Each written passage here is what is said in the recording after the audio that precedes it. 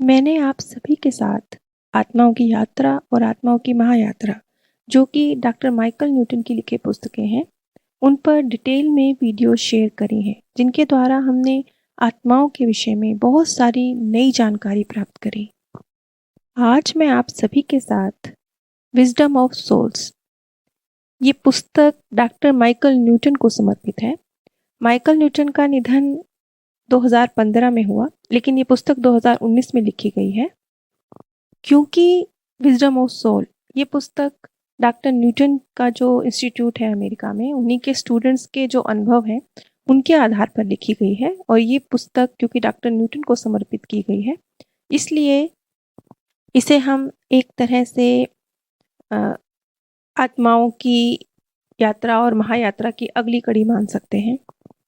Doctor Michael Newton के ही एक student doctor bill, उन्होंने एक केस हम सभी के साथ शेयर करा है, वो मैं आपके साथ शेयर करने जा रही हूँ।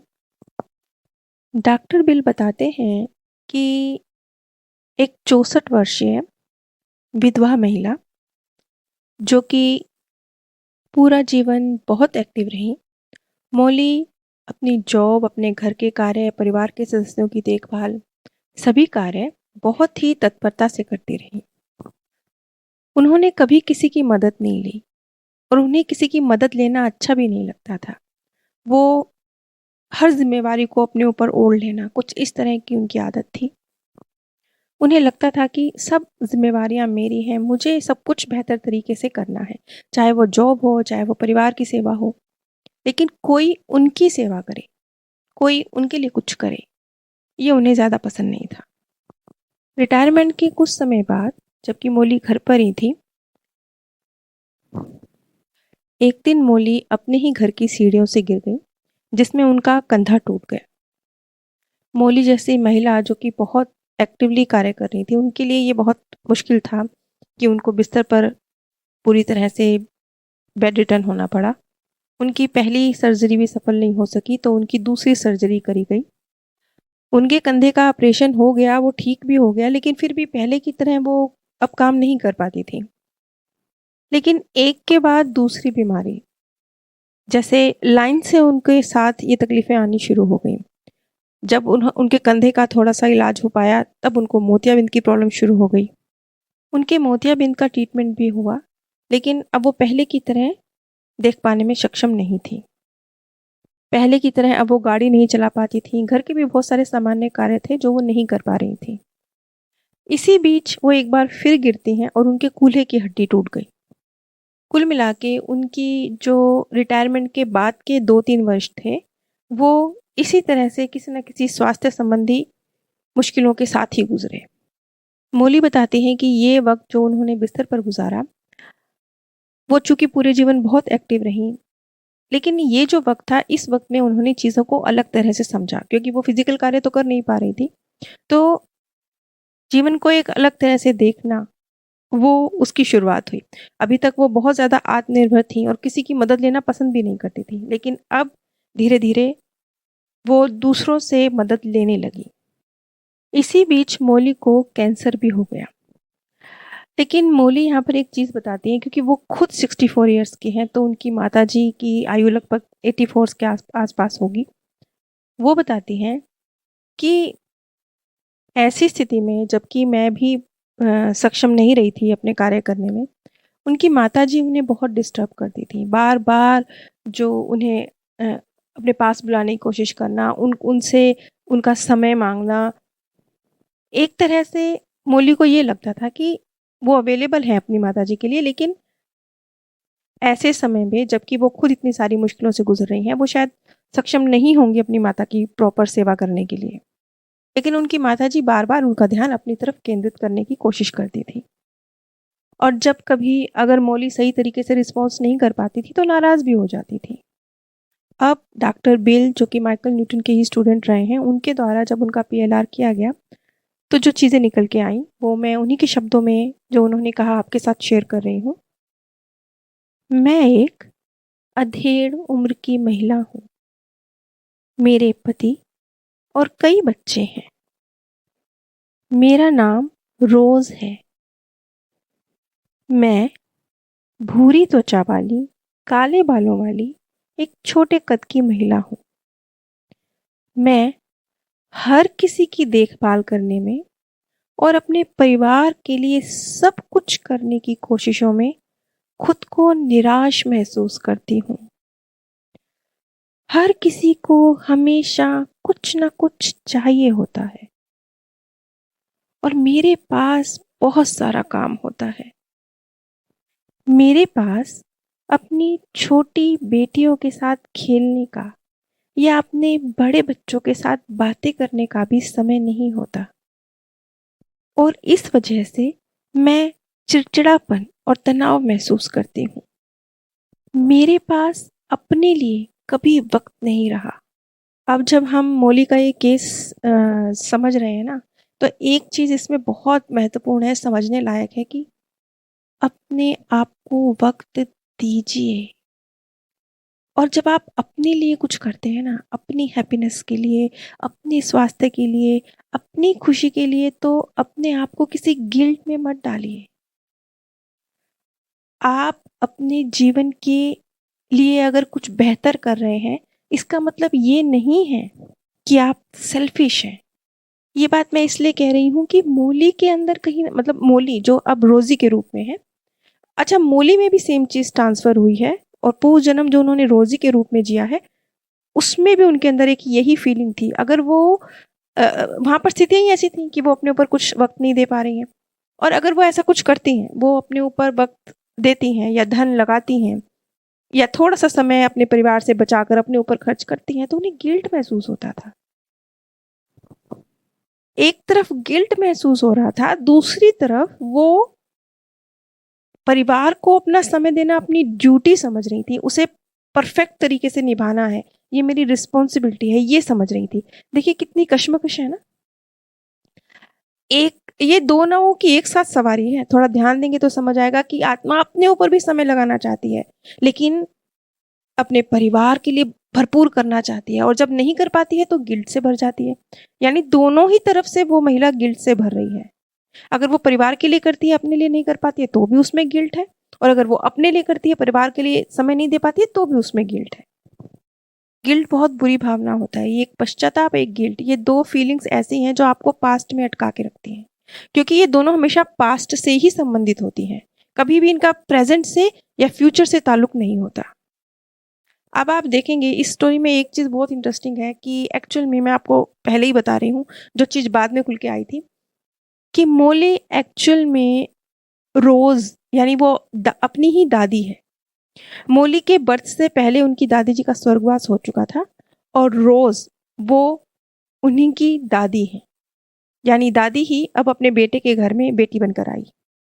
यहाँ तक कि रोज़ के रूप में जब मोली की मृत्यु हुई, तो मृत्यु शैया पर भी जो उनकी फीलिंग थी वो क्या थी कि मेरी बेटियां तो बहुत छोटी हैं, मुझे तो उनके साथ गुजारने के लिए वक्त ही नहीं मिला, उन्हें तो अभी मेरी ज़रूरत है। यानी ये गिल्ट, ये मरते-मरते भी नहीं छूट रहा। यहाँ पर एक चीज़ और महत्वपूर्ण है, देखिए मोली को भी कैंसर है और मोली की दादी जी रोज़, वो भी कैंसर से ही मृत्यु को प्राप्त हुई थी और मोली की दादी जी और मोली की माताजी, इन्होंने ज़्यादा वक़्त तो साथ में नहीं गुज़ारा लेकिन उनकी आपस में बिल्कुल नहीं बनती थी। लेकिन ये चीज़ स्पष्ट थी कि उस समय पर भी जो दादी जी थी मोली की, यानी स्वयं मोली ही रोज़ के रूप में, वो घर के प्रति अंत तक पूरी तरह से समर्पित थी, अंत तक, अपनी मृत्युशैया तक। अब देखिए, एक चीज़ बड़ी इंटरेस्टिंग है इस केस में, आप समझिए। मोली ने जब इन सब चीज़ों को समझा, जाना और उसको ये भी समझ आया कि क्यों वो आज भी अपने लिए वक़्त नहीं निकाल पाती। मतलब आज भी उसको लगता है परिवार, घर, मेरी परफेक्ट मेरी जॉब होनी चाहिए, बिल्कुल परिवार का ध्यान रखना है, मेरी मम्मी जी का ध्यान मुझे रखना है। हर चीज़ के लिए वो अपने आप को ज़िम्मेवार मानती हैं और सेम पैटर्न रिपीट हो रहा है। जबकि कुदरत ने अब जिस सास-बहू के बीच में अच्छा रिश्ता नहीं था, एक बार फिर मौली को उसी बहू की बेटी बनाकर इस रिश्ते को अच्छा करने का एक मौका प्रदान किया। यहाँ पर मैं आपको मौली के एग्ज़ैक्ट शब्द बताने जा रही हूँ। उन्होंने कहा उन्होंने कहा कि उनको जो उनके मार्गदर्शक से मैसेज मिला कि कीमोथेरेपी से फ़र्क नहीं पड़ेगा, दृष्टिकोण में बदलाव लाना पड़ेगा। ये उनकी स्पिरिचुअल गाइड का मैसेज था उनके लिए। यहाँ पर मैं एक चीज़ स्पष्ट करना चाहूँगी कि मौली ने सब कुछ करवाया है। उसने कीमोथेरेपी करवाई, उसने अपना कैंसर का ट्रीटमेंट कराया है, वो अच्छी हेल्दी लाइफ़ जी रही हैं। लेकिन जो मार्गदर्शक का मैसेज था कि ये यहाँ पर इस चीज़ का कोई प्रचार नहीं किया जा रहा कि उनको शारीरिक बीमारी थी तो इलाज नहीं कराना था। लेकिन भावनात्मक दृष्टिकोण में बदलाव सख्त ज़रूरी था, सख्त ज़रूरी था। ये उनके लाइफ़ लेसन का हिस्सा था, बहुत ज़रूरी था। पैटर्न रिपीट हो रहा है ना, वही रोज़ की लाइफ़, वही मौली की लाइफ़, एक पैटर्न रिपीट हो रहा है। इस पैटर्न को ब्रेक करना कितना ज़रूरी था। अच्छा, और कितनी कमाल की बात है कि ये पैटर्न ब्रेक होने से इतनी सारी भावनात्मक एक रिलीफ मिला मौली को। वो जो भावनात्मक रिलीफ था, उसने बॉडी पर असर डाला। देखिए हम लोग ना उल्टा चलते हैं। हमें ऐसा लगता है कि बॉडी पे अगर कुछ हो जाता है तो उसका असर मन पर, दिमाग पर पड़ता है। लेकिन ये इसके उलट बहुत ज़्यादा है। मतलब वो तो सही है कि शरीर बीमार होता है तो मन पर, दिमाग पर तो असर स्वाभाविक है, पड़ता है। लेकिन वो असर अगर 20% है ना, इसके उलट अगर मन या दिमाग में कुछ चल रहा है, गड़बड़ है, उसका असर शरीर पर 80% है। इतना बड़ा फ़र्क है। आप समझ सकते हैं कि अ, अगर मौली ने अपने विचारों में परिवर्तन किया और ये जो गिल्ट की भावना थी, करना है, सिर्फ़ मैंने करना है, मेरी रिस्पॉन्सिबिलिटी, मुझे किसी से नहीं लेना है, मुझे करना है। इस रिस्पॉन्सिबिलिटी को जब उन्होंने हल्का किया, एक गिल्ट जो अपने मन में डाला हुआ था, उसको हल्का किया, तो फिर वो कैंसर का जो उनका ट्रीटमेंट चल रहा था ना, उनके भी बड़े बहुत बहुत बेहतरीन रिज़ल्ट आया। मतलब जो चीज़ का रिज़ल्ट आपको 10% मिलता था, उस चीज़ का रिज़ल्ट जब भावनात्मक हीलिंग हो गई तो 90% हो गया। ये जो स्टोरी मैं आप सभी के साथ शेयर कर रही हूँ, ये क्योंकि बुक तो बहुत बड़ी है और बहुत सारी इसमें जानकारी है, मैं सब कुछ आप लोगों के साथ शेयर नहीं कर सकती। मैं यहाँ पर कुछ नाम भी बदल कर शेयर कर रही हूँ क्योंकि फिर कॉपीराइट की प्रॉब्लम आ सकती है। तो यहाँ पे बस नाम बदले गए हैं, लेकिन कहानी का जो बताई गई है उसमें शब्द भी मेरे हैं, मैं एग्ज़ैक्ट शब्द नहीं यूज़ कर रही हूँ जो बताए गए हैं। लेकिन जो भाव है, जो मर्म है, जो निष्कर्ष है, मैं उसे परिवर्तित नहीं कर रही हूँ। अब वीडियो को अधिक लंबा ना करते हुए मैं कम शब्दों में इस कहानी को समेटती हूँ। तो जो मौली के शब्द थे रिग्रेशन के दौरान, वो मैं आपके साथ शेयर करने जा रही हूँ। पहले वो मेरी बहू थी और मैं उसकी सास, लेकिन वर्तमान जीवन में हमने अपनी भूमिकाएं बदल ली हैं। अब वो मेरी माँ है।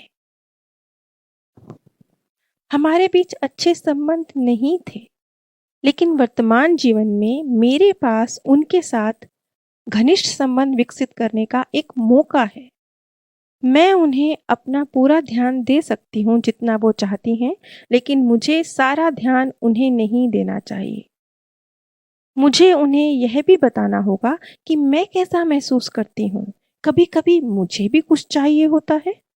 आज की तारीख में मौली परिवर्तित हो चुकी है, जबकि वो एक बुजुर्ग महिला है, लेकिन उन्होंने अपने दोस्तों के साथ वक़्त गुज़ारना, घूमना-फिरना, अपने लिए वक़्त गुज़ारना और वो जो एक एकदम वो फीलिंग थी ना कि सब कुछ मैंने ही करना है, मैं नहीं कर पाती तो मैं गिल्ट में चली जाती हूँ, उस फीलिंग को रिलीज़ किया। उन्होंने इस चीज़ को समझा कि अरे कभी कुछ बिखरा है तो बिखरा भी रहने दो। हमेशा बर्डन लेने की ज़रूरत नहीं है, बल्कि हकीकत तो ये है कि घर का काम-काज अगर आप थोड़ा कम भी करेंगे तो चल जाएगा, लेकिन रिश्तों को अगर वक़्त और प्यार कम देंगे ना, तो नहीं चलेगा। घर थोड़ा उलझा हुआ हो, बिखरा हुआ हो, कोई बात नहीं, लेकिन अगर रिश्ते बिखरे हुए हैं तो फिर बात है। बिखरे हुए घर में रहा जा सकता है, बिखरे हुए रिश्तों के साथ नहीं। मौली की ये स्टोरी यहीं समाप्त होती है, लेकिन मौली की इस सत्य घटना में हमारे पास सीखने के लिए बहुत कुछ है।